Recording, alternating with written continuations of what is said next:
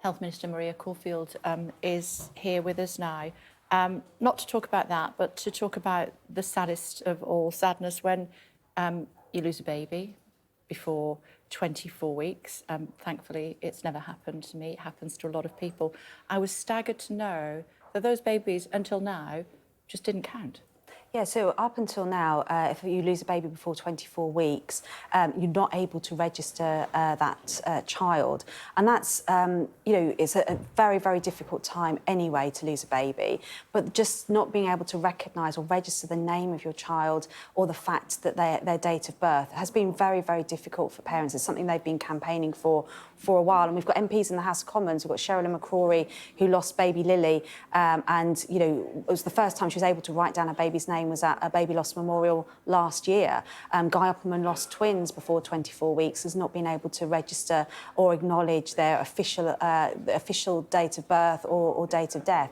So this does mean it's not going to take away the pain or the loss. And I speak to mums and dads, maybe in their 70s, who lost a child decades ago, and that loss is still with them. But just being able to register that child's name and their date of birth means a lot to parents to be able to share that grief with others. And I was reading about this at the weekend, and it was literally down to the minute, wasn't it? So if it was 23 weeks, 6 days, and 59 minutes, that baby didn't count. Yeah, it's as cold as that in terms of whether you're at the 24 weeks mark or not, and the difference between being able to have a birth certificate or no recognition at all. And so from today, parents will be able to go on the .gov UK website, both parents will be able to put their names to an official certificate that they will get to recognise their baby.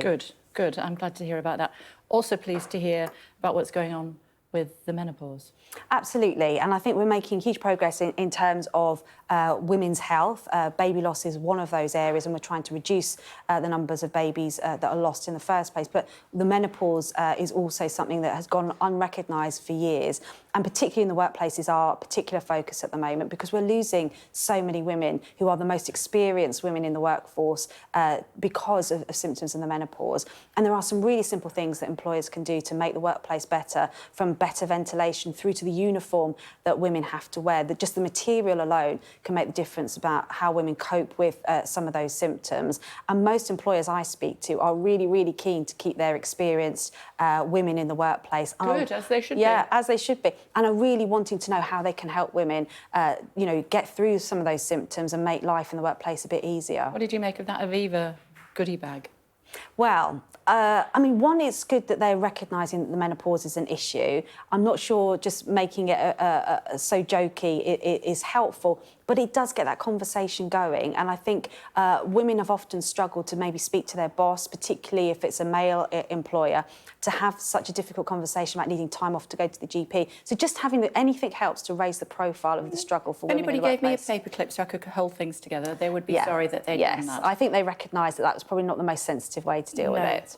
Talk to me about what on earth was happening yesterday in the House of Commons. Yeah, no, it's very, very disappointing what happened.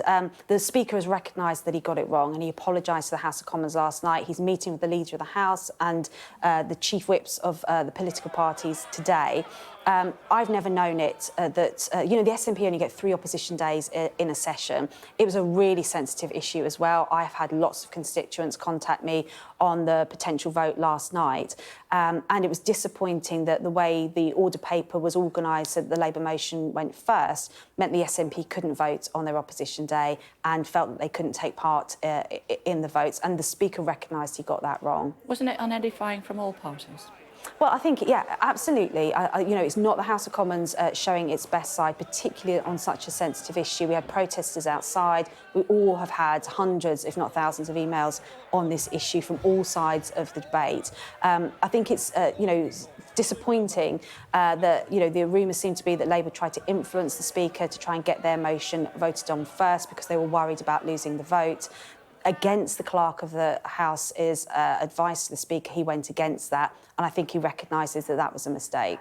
Yeah, I think people at home don't really get all the details. No, of course not. They just think, why are you all squabbling when people are dying in Gaza?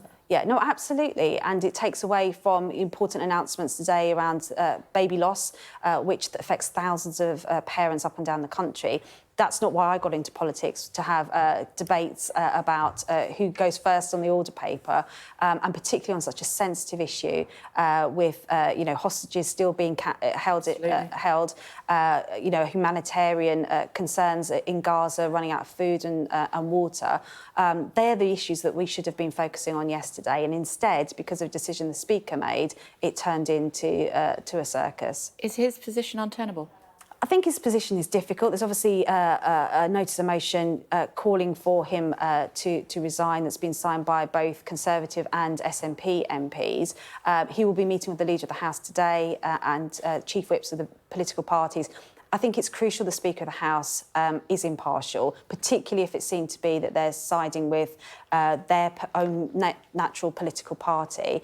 And I think the fact that Labour, the rumours are that Labour were going to lose quite heavily and they tried to influence the Speaker with that, he needs to come clean about what discussions were heard. Well, we'll put that to Labour, but, I mean, when you say it's a difficult position, would you support him going forward? Look, I voted for Lindsay to become Speaker of the House of Commons.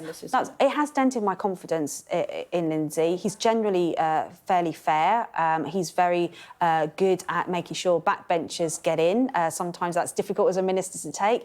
But he's normally a very fair speaker, and his actions yesterday were very, very different to how he normally conducts matters in the House, and particularly against the advice of the Clerk of the House of Commons. So, well, let's see what he has to say. But he came out and apologised last night. Enough? I don't know. We need to be absolutely sure that the votes weren't influenced last night in any way. To be able to, for the SNP not to be able to have a vote on their own motion, as difficult a vote as that was, it has got implications going forward if we can't be sure that the House of Commons can be run fairly. Sounds like you want him to step down. Well, I have got concerns, I'll be honest, but it's not a government matter. It is what's called a House matter. It is for individual MPs as members of the House of Commons to decide. It wouldn't be an issue that a party would whip against. I was asking about you personally. Yeah, no, I have said I did vote for him. I am disappointed in his actions. There's no doubt about it last night. Disappointed and surprised as well, because that is not normally how Lindsay would behave. Yeah, but that's sort of slightly just teetering on the edge as opposed to saying, yeah. If you were chatting to him, would you say, mate, come on? I would say that I would struggle now to support him, but let's see what happens in the next 24, 48 hours. He knows he did wrong, he's apologised, and let's see what he proposes to fix the situation. OK. And as you said, we shouldn't really be talking about this. We should be talking about what you've been doing for babies and also the situation in Gaza. So it has been a distraction. It absolutely has. And I can only apologise to the public, because that is not what they expect of people who should be leading from the front in these sorts of debates. Good to see you as always. Thanks for taking the time. Well done on this announcement that you're making. I'm sure it'll bring some comfort to an awful lot of parents who are grieving the loss of their children. Thank you.